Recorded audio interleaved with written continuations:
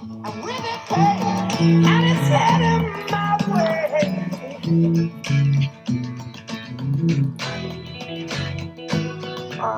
Sometimes I grow so tired, but I know my one thing I got to do. I'm on. Now the time is now. Sing my song. What's up, everyone? Welcome back to another installment of the Rambling Men Sports Podcast. I actually messed that up. Rambling Men Sports Podcast. As always, it's Shane and James coming at you. James, I got to be honest with you. I'm exhausted. I stayed up late watching that United States women's hockey game. Great game. I'm just exhausted. That went till about 2:30 in the morning. I'm tired. So if you see me yawn, that kind of thing, if you see, man, Shane looks like shit. I know I always do, but this particular day, he looks even worse. That explains it. But we're going to start things off a little differently this week. We're not going to lead with sports. We're actually going to lead with some entertainment. James, I know we both watched Black Panther this week. I want to get your take on it. You had some interesting thoughts earlier when we texted. I want to start by saying that I go to sleep at like 9:30 every night, and I always look tired, so don't feel bad there. Always got the bags present. But, dude. Oh, but by the way, that's why I got the American flag hat on. Got to celebrate the gold medal. Right. So, listen, I'm typically a pretty tough movie critic. I don't really dislike a lot of things, but I don't really like a lot of things. I'm not a person that says every movie I saw was the best movie I've ever seen. Quite the contrary, actually. But this was probably tied for the second best superhero movie that I've ever seen. I don't think anything will ever beat The Dark Knight. If something ever tops The Dark Knight, LMK, let me know, because it'll be damn near a perfect film. But honestly, Black Panther might edge out the original Tobey Maguire Spider-Man for me after a couple years. You have that at number 2? It's amazing. What's your second favorite movie, superhero movie? Well, The Dark Knight's number 1. Number 2 might be Dark that. Knight Rises. No. Might be that first Iron Man.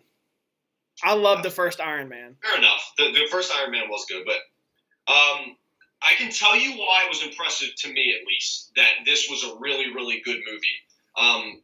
Typically, to me, superhero movies are, they're kind of cool, but they're super corny. Yeah. Super, super corny, with the exception of Batman and Spider-Man. That's usually because neither of them have such outlandish powers that it makes the movie corny. Like, it's realistic to an extent. Obviously, it's still impossible, but it's realistic to an extent. I honestly feel like that's why, Superman franchises struggle, because he's just too powerful. What I was going to say, for example, the Avengers, Justice League, they're kind of dumb for me to watch. I don't want to watch Thor and fucking Aquaman, shoot. Those are two different universes, though. I know, DC and Marvel. I'm just saying, the CGI is so extensive that it's just impossible for me to believe. It's just, it's really corny. Like I said, Batman and Spider-Man usually doesn't require a lot of CGI, so those are typically a little bit better movies, but they made a completely outlandish superhero, a completely outlandish story, and I honestly thought they put it together about as seamlessly as you could have put it together. Loved the plot. Love the action, love the message, love the acting. I love the villain. I think a villain typically makes or breaks a superhero movie. Great villain. Michael B. Jordan was a really cool villain, and I never even heard of him. And that's kind of hard to do, to make a. You'd never seen Creed? No, I've never heard of Killmonger. Okay. I'm not a comic book aficionado. So I don't either. Yeah, I've seen. Michael B. Jordan's a sick actor. Yeah.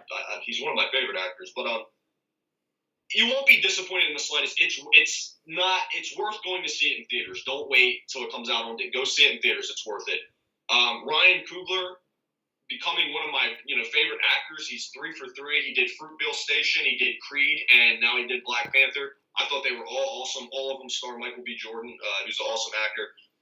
Very excited to see what he does with Creed 2. I saw some poster art for that. That's Sylvester Stallone put out the other day. It looks sick. If they keep bringing back these old Rocky characters, just get rid of it. The franchise.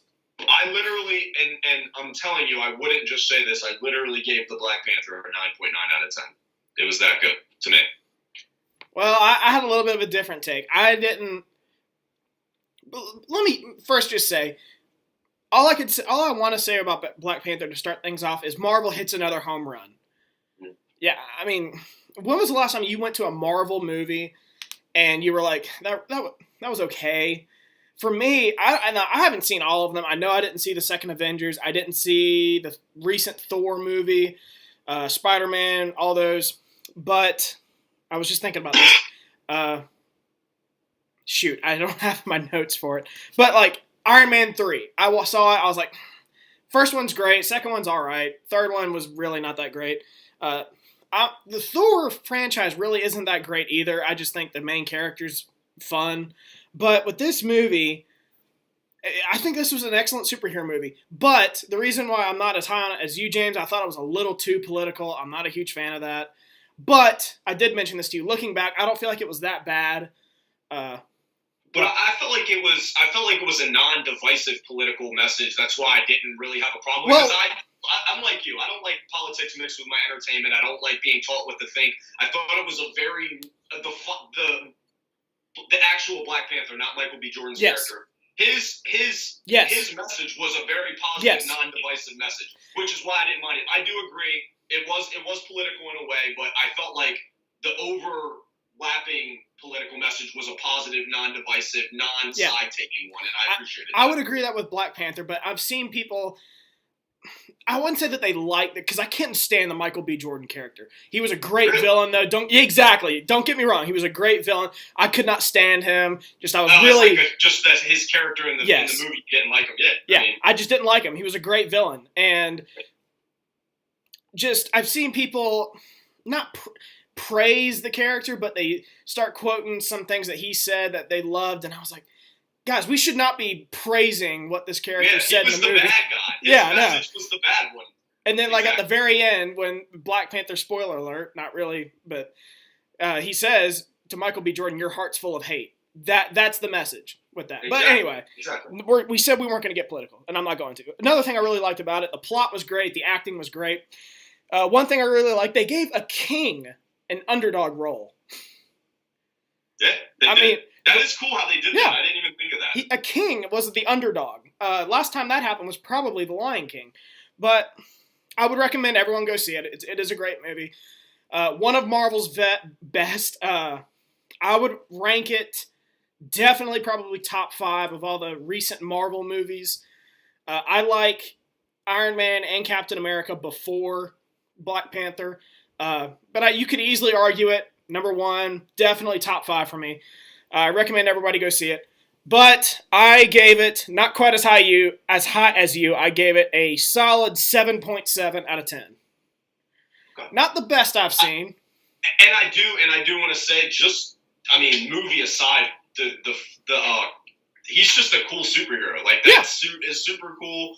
All the shit that in the movie was super cool. They did a great job of balancing drama and comedy. Let me say this. The mark of a good superhero movie is when it doesn't feel like a superhero movie, and I felt like that didn't feel like a superhero movie at points. It actually tugged at certain, strings, whether it was comedy, whatever. It didn't feel like you were watching a corny, one-liner superhero movie like a lot of them are. A lot of superhero movies are one-lining movies, like, they say something stupid right before they punch a guy in the face or something. Yeah. I mean, that's how they usually are. I definitely agree with you. They didn't force anything. They didn't force it. That's so hard to do with that outlandish plot, like, without throwing something in your face, and that's why I thought it was a really good movie. Another thing I just thought of, I feel like to have a good superhero movie, you have to make him vulnerable. Batman is that way because he's human, but the Black Panther does have some powers.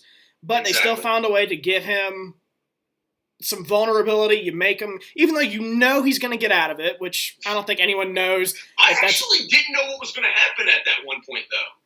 Let's not spoil it. Let's not spoil it. Let's move on. Great movie. I recommend everyone go see it. Yes, absolutely. But next topic, college hoops. This was going to be a different topic, but I feel like this is pretty big news. NCAA denies Louisville's appeal and then penalizes the men's basketball program.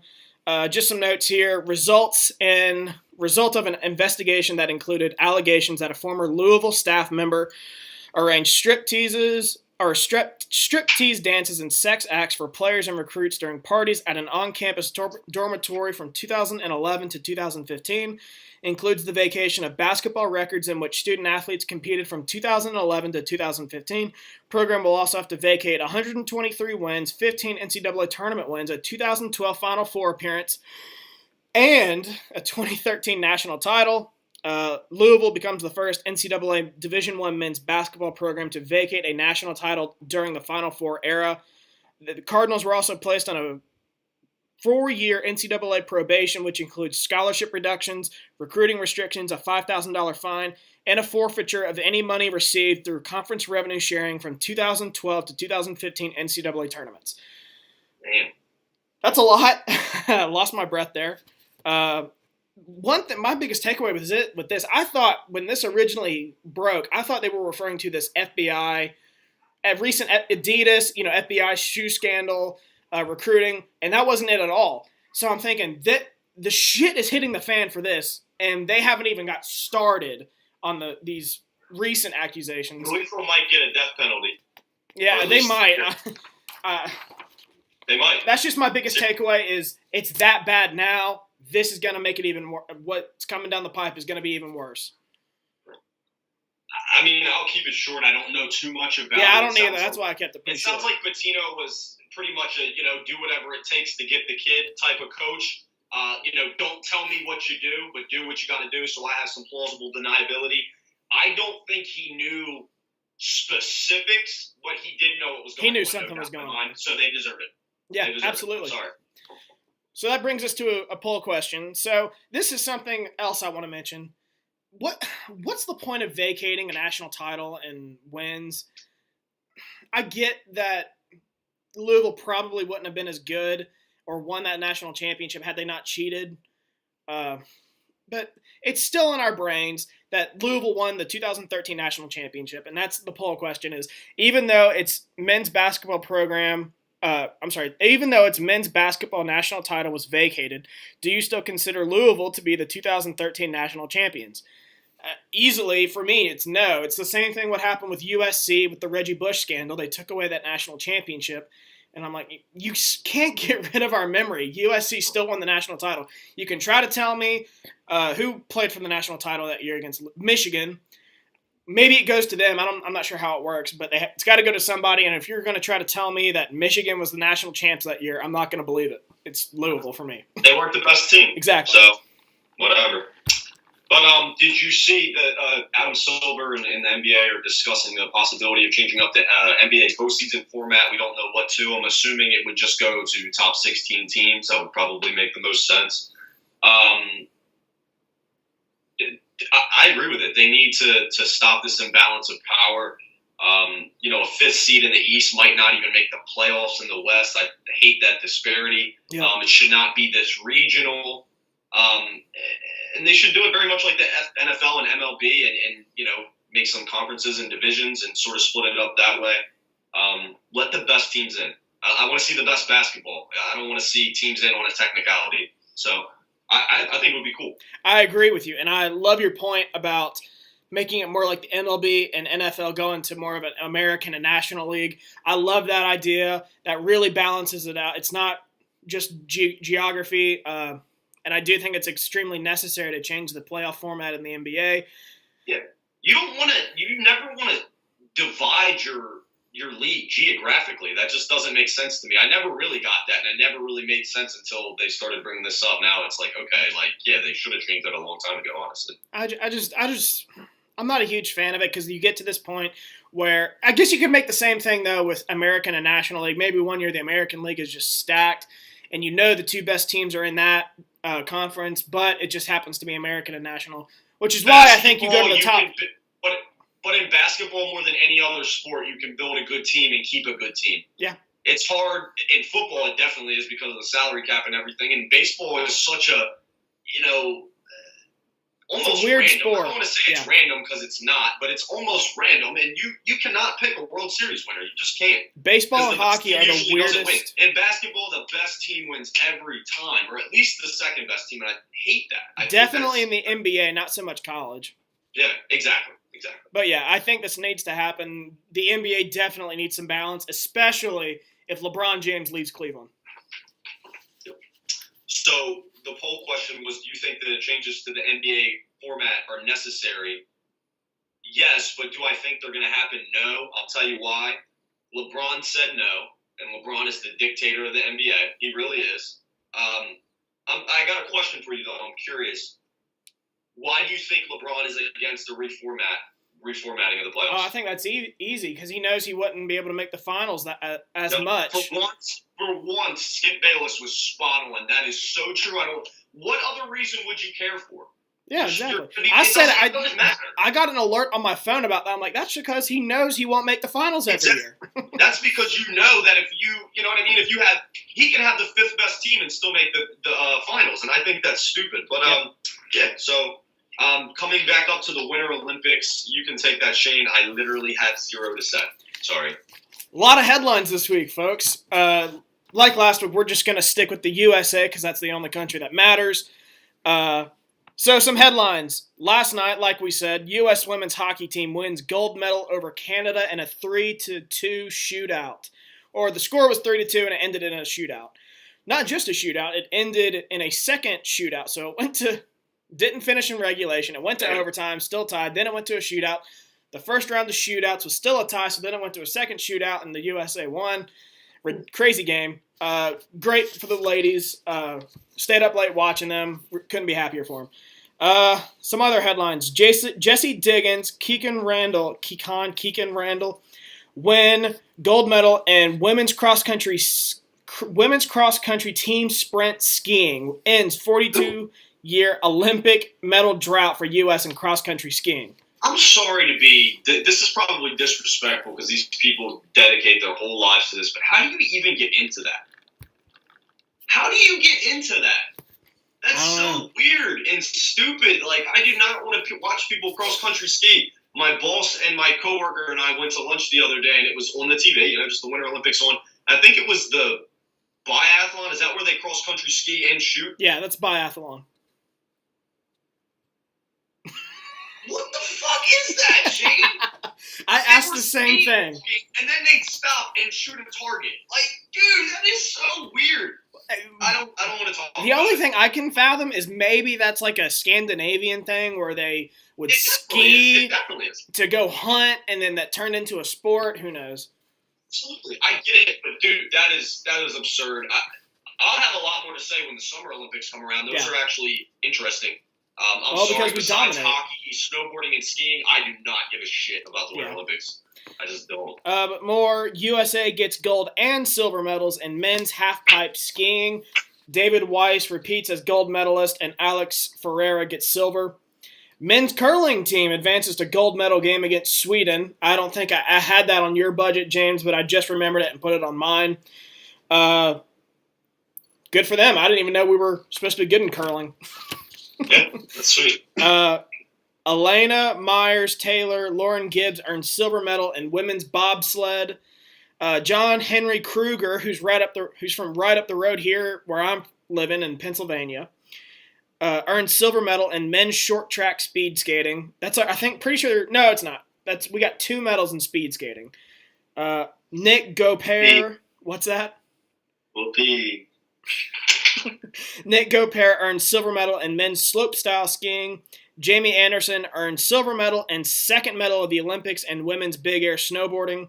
Michaela Schifrin earned silver medal and gets second medal of the Olympics also in women's alpine skiing, or women's alpine combined skiing. Lindsey Vonn earns bronze medal in women's downhill skiing. Shibitani siblings Alex and Maya earned bronze medal in ice dancing. Britta Sigourney earns bronze medal in women's half-pipe skiing. Mia Manganello, Brittany Bowe, Heather Bergsma earned bronze medal in women's team.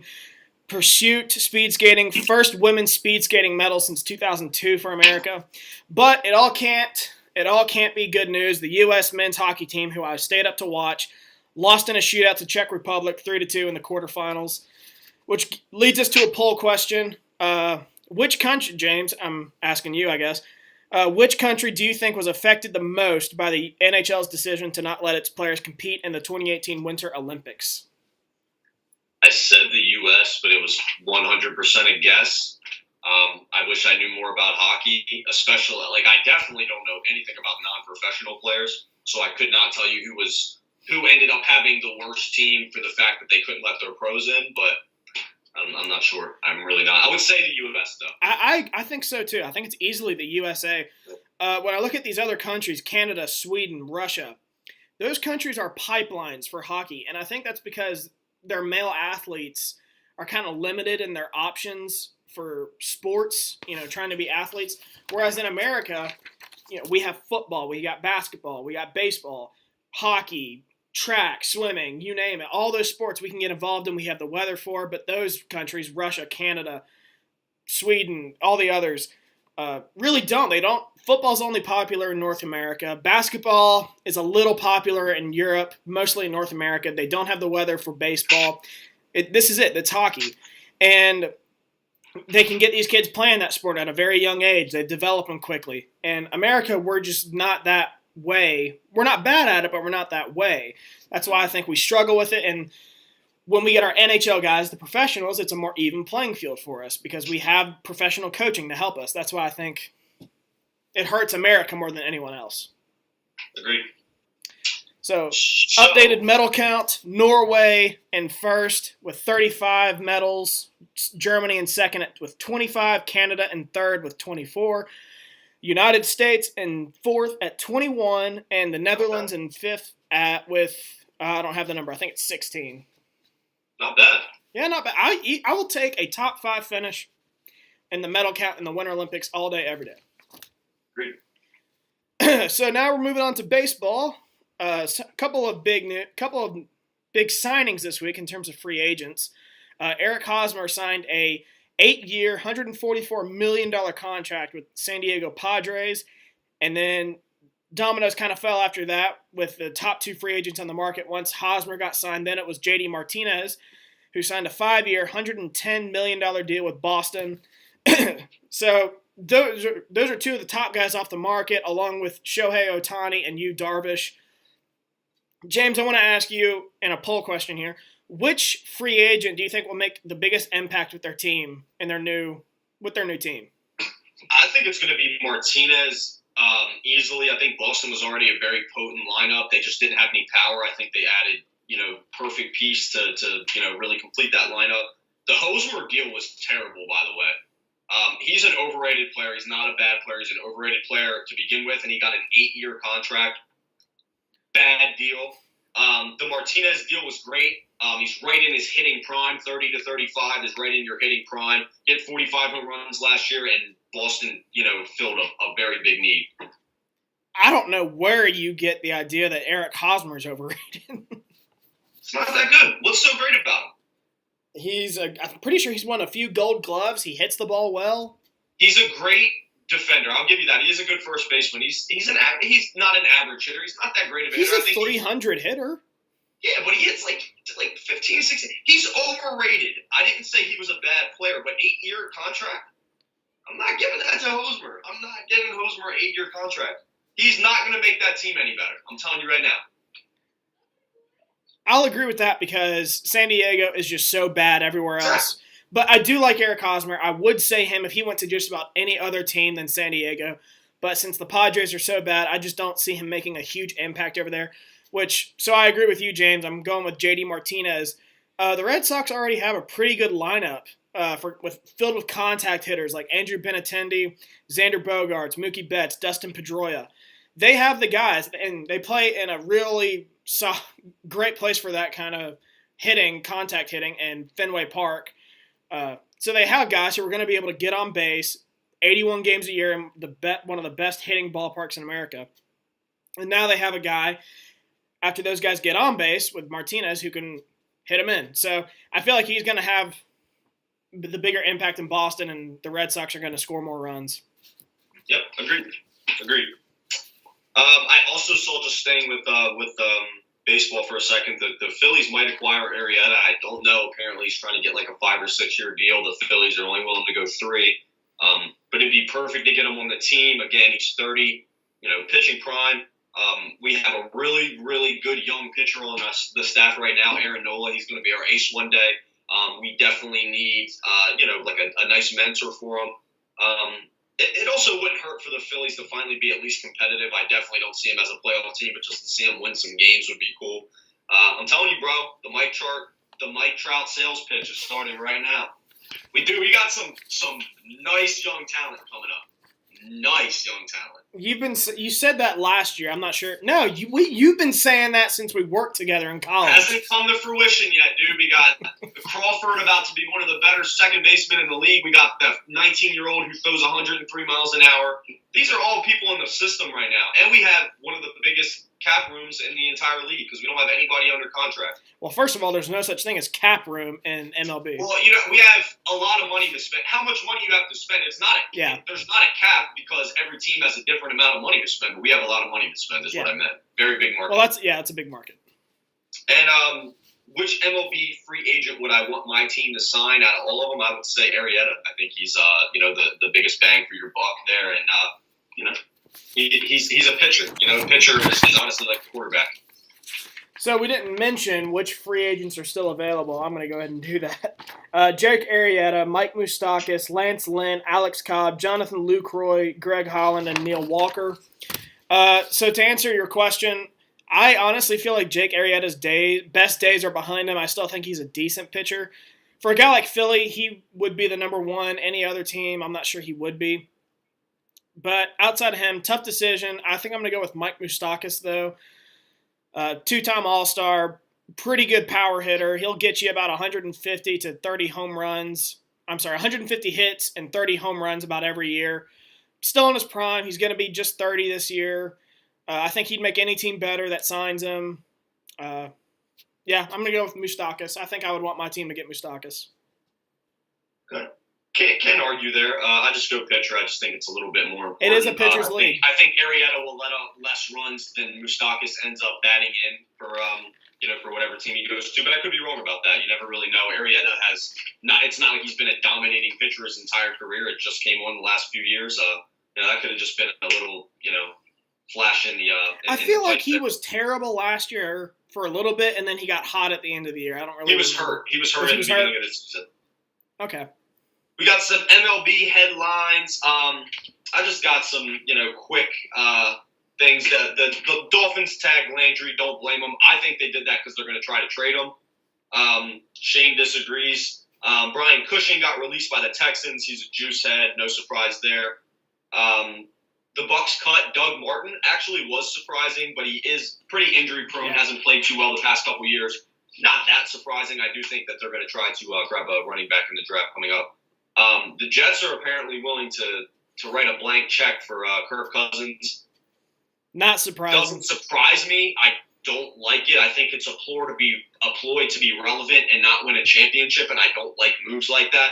I think if you have to stay bad for a couple more years in order to build a championship team, then that's what you should do. Your goal shouldn't be to go 8-8, 9-7 because you've been bad for the past few years. It just shouldn't be your goal. I think the Cowboys are going to tag DeMarcus Lawrence. He had a great year. You got to see if he's going to do it twice in a row before you give him a big contract, though. Adam Vinatieri's coming back for his whatever season. That dude is ageless. 20-something. He's going to be 45. He's the GOAT kicker. Good for him. I mean, if you can still kick, then go out there, dude. He's already re-signed with the Colts. He had a rotator cuff the entire year. Which honestly explained a lot. I think he was effective this year, but he wasn't really as dominating as I thought that he could have been. Makes a lot of sense. Was having a hard time, catching a lot of balls and things like that. Winston himself can do a lot of mental work, over the next 6 or 7 months while they're rehabbing up, and I have no doubt that both of them will come back fine. But go ahead. I want to hear your thoughts on some of the NFL headlines. Well, there were two here that I saw before the podcast, and I added them on real quick. Dolphins are expected to cut Julius Thomas, Lawrence Timmons, and maybe Jawan James. And then the Bills aren't planning to cut Tyrod Taylor as of right now. Dolphins, I guess that doesn't really surprise me. They need as much money as possible to try to keep Jarvis Landry if that's their goal. You think they're going to trade him? I think these cuts prove they're going to try to clear up some cap room to sign him to a long-term deal. Bills planning to cut Tyrod Taylor. At this point, I really don't care. Or aren't planning to cut Tyrod Taylor. At this point, I really don't care. This is a just annoying dance between the two of them right now. I'm sick of hearing every year, what are they going to do with Tyrod Taylor? They always bring him back. Until I see other... What's that? Who cares? The Bills and Tyrod Taylor are both irrelevant to me. Neither of them are that good. Tyrod's okay. Bills are mediocre. I hate this notion. Let me just, since we're talking about that. I hate this notion that you're a good quarterback because you don't throw a lot of picks. I hate that. Yep. So Tyrod Taylor only throws 14 touchdowns, but he threw 4 interceptions, so he's not that bad. That's bullshit. You only scored 14 touchdowns. Yeah. I would rather you throw 10 interceptions and give me 27 touchdowns instead. Easily. It's much more worth it to me. I can't stand that notion. That's sort of what they did with Dak Prescott last year. Don't get me wrong, not turning the ball over is huge when you have a team like Dak did. Tyrod Taylor has a bad team. You can't just be like, okay, I'm going to punt every fucking time we get the ball because I don't want to throw an interception. It's stupid. I don't like it. I think that's a stupid notion. I think Andrew Luck gets a bad rap because he throws a lot of interceptions. And you know what? When your team's bad and you got to push the ball downfield to win, you're going to throw interceptions. But you know what? Andrew Luck has gotten to the AFC Championship. Andrew Luck has thrown 40 touchdowns in a season. Give me that guy. I don't care if he throws 15 interceptions. I really don't. Sorry. I hate that so much. People act like Tyrod Taylor. This was not a planned rant, by the way. He doesn't throw picks. Fuck that, dude. Throw picks, but throw some touchdowns too. Picks happen. Picks happen. Like I said, viewers, this was not a planned rant. This was completely random. I hate that. I'm sorry. No, you're preaching to the choir. I really hate.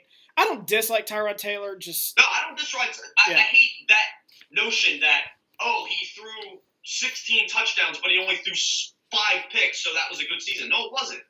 Your team didn't score a lot of points. That's how you win in football games. Yeah, I agree. So, but to comment on the rest of these, I already did Jarvis Landry. Brian Cushing, he's getting up there in age. His performance has declined. He's got a lot of injuries. Yeah. The juicer. Yeah. Not surprising Texans would cut him. Doug Martin, in my opinion, is not really that surprising. Battled injuries. He hasn't been the same player for like the last 3 years. And they're paying him a lot of money. Yeah, just cut him. Doesn't surprise me. The Jets willing to do, in quotes, whatever it takes to get Kirk Cousins. That's not surprising. They're desperate for a quarterback. Adam Vinatieri, honestly, is the most, other than Alshon Jeffrey getting surgery, Adam Vinatieri announcing he's coming back at 45 years old to play, I don't know how many more years, is the most surprising thing on here. Of all these headlines. You usually do the poll question, so why don't you take that? I'll recap. Do you think Indy has made a good decision by hiring Frank Wright? 75% of people said yes. I would agree. Definitely reflected what we talked about here. Are you satisfied with the United States' performance so far in the 2018 Winter Olympics? Only 57% or 43% of people said yes. 57% of people said no, which is surprising. But I think people are so used to just absolutely dominating the summer games that like they think it's going to happen here, and it's just not. It's just we're not a cold weather country. We're at a geographical disadvantage to a lot of these countries. We have way better athletes, obviously. I think the fact that we're top 5 every year is still solid, considering outside of the Northeast, Midwest, and Rocky Mountains, we don't have cold weather. Exactly. Poll question 3: Are the NBA trade deadline and recent convincing win over Boston, does that put Cleveland back up top as the best team in the East? Everyone said yes. I agree. I never thought that they weren't. Slumps in the MLB and the NBA, they don't really mean nothing to me because they're not giving 100% effort every game. When you slump in the NFL, it means something because you are giving yourself 100% every game. Poll question number 4 actually got a lot of votes for this one. 100% of people said yes. Do you think having a franchise in Seattle would be good for the National Hockey League? Absolutely. Who would say no? Poll question number 5. I thought it was interesting. I want to give a little. You weren't here. I want to get your vote. You weren't here for that last week. So which of these MLB records do you think is most likely to be broken first? Nolan Ryan's 7 career no-hitters, Ricky Henderson's 1,406 career stolen bases, Joe DiMaggio's 56-game hit streak, or Cal Ripken's 2,632 consecutive game played streak? I'm going to tell you right now, 2 of these are never getting broken, so you can throw them right out right now. DiMaggio and Ripken. Yep, that's exactly what we said last week. Take those 2 out. I remember Chase Utley, back when the Phillies were really good, had like a 38-game winning streak, dude, or a hitting streak. Yeah. Shane, it felt like he got a hit every game for 3 months, and he still wasn't even close. It's not going to get broken. It's just not. And forget about Cal Ripken. Yeah. Forget about it. That is, I mean, absurd. What is that? That's like 18 seasons in a row. Well, let me look that up now that I'm interested. Let me do the math. A lot of seasons in a row without even missing a game. I think it's going to be 16 seasons. I think it's going to be Nolan Ryan's career 7 no-hitters. I think pitching is finally catching back up post-steroid era. Obviously, it's not post-steroid era, but post-super juice era. Pitching is back on the rise. Hitting's back on the decline. I do think someone may scrape that, but I think these are all pretty unbreakable records, to be honest with you. But if you had to make me pick, I'd go there. But like I said, DiMaggio and Ripken's records, you can write those in stone. Henderson's record, nobody really steals bases anymore. No. They've done the analytics. It's usually not worth it. Yeah. Unless you have a player who is, got an 80% success rate, like a really good base runner gets 25 stolen bases a year. That's not going to come anywhere close to Ricky Henderson. It's not going to happen. So yeah, Ricky easily I think it's Nolan Ryan. First. Yeah, it's a pitcher's league. All right. So what's your final thoughts this week, Shane? Kept mine short, but I do think it's relevant. All right, so my final thoughts. I said I was going to do them last week. I did not. Since James wasn't here, Steven left. And we were running a little bit long on time. I just said screw it and saved it for this week, so I am. So last week, Colin Cowherd. I used to have so much respect for him. Same. But the last few weeks, he has just been off on everything. And one of them was him saying Green Bay's championship window has closed. Listen, I am biased, obviously, because I'm a Packers fan. But and when I first saw the headline, it outraged me. I'm like, this is ridiculous. But when I actually watched the video, he does make some good points. And I don't even think he's like, what's up? What's up? You know what I think Cowherd does? Sorry to interrupt you. He does always make great points to back up what he says, even when I don't agree with him, but he'll omit shit that'll make his argument obsolete. He'll just leave it out, and I hate that. Sorry, go ahead. And just the way, I think it wasn't a misleading headline. He did say it, but he said it was kind of taken out of context. Yeah, it was. He was kind of like, I think the window's closed in Green Bay. So he wasn't like 100% certain on it. Wasn't like a objection. He didn't say they couldn't get back to that, and he does make some good points. Number one, there are several better rosters in the NFC than Green Bay. That's 100% accurate right now. There are several teams in the NFC with younger quarterbacks than Green Bay. 100% accurate. And the NFC is just deeper with better quarterbacks and better playoff caliber teams than the AFC right now. 100% accurate. It's going to be tougher than ever before to win in the NFC right now, which is why, to some extent, I do agree with him that maybe the window has closed in Green Bay. Just based off that. However, I still think it's inaccurate. First of all, when you have a quarterback like Aaron Rodgers, who I made this analogy, I think 2 weeks ago, for a quarterback, there's a truck and there's a trailer. Trucks are quarterbacks that carry the roster, and trailers are quarterbacks that are being carried by the roster. Aaron Rodgers is easily a truck in that scenario. He is a 16-0 quarterback playing with probably a 6-10 roster at best. In my opinion, him and I'd say Tom Brady are the LeBron James of the NFL. You put them on any team, that team instantly becomes a contender, no matter how good the roster is. I feel like this is a ridiculous comment. And I think we talked about this even last week, James. When it comes to having a talented roster, that can be fixed overnight. Okay. So he can say that, Green Bay doesn't have it. Go ahead. And that's because in football, youth matters more than any other sport. That's why a turnaround in basketball and the MLB takes 5 or 6 years. That's because they're drafting 18-year-old kids who are just simply not going to be ready to contribute in a championship caliber way until they're 24, 25 years old. In the NFL, these guys are coming out. They're already grown men. You saw what the Saints did. The Saints went from having a historically bad defense to a pretty good defense. You saw what Philly did. Philly went from Chip Kelly 2 years ago to they just won a Super Bowl, and they did not have a good roster 2 years ago. I'd argue that they didn't have a good roster last year. That's how quick you can turn it around in the MLB. Even the Giants, the year before that.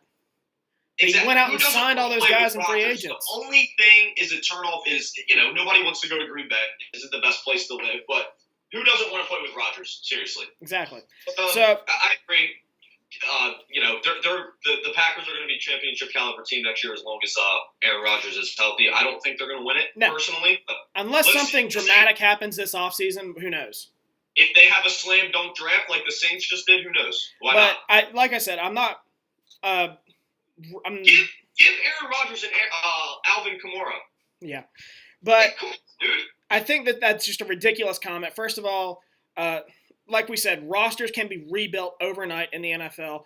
It happened last year with the Saints and Eagles. It happened with the Giants the year before that. And then to say that they're not – I'm losing my train of thought here. But to say they're not going to be a championship contender after they just overturned the coaching staff and the front office to help Rodgers out, I wonder if sometimes and I'm in no position to call Colin Cowherd out. He's been in the business for 20-some years. But at some point, I'm wondering if he even pays attention. Oh, no. I feel like I don't think he's a contrarian. I don't think he's a Skip Bayless and says things that he actually doesn't believe. I do feel as though since he switched to Fox, he's grown a bit of an ego. And he's grown a bit of a, no, I said that and that's right sort of attitude. And I don't like that. I feel like since he moved to Fox, he has, if he is ever right about something, he brags about it for 3 weeks. Yeah. And if I called this. I'm like, that's not that. Like, I remember a few years ago, it was after New England traded for Barkevius Mingo, and he was saying how he was going to be a brand new player in New England. I'm like, no shit, they've been doing this for 15 years.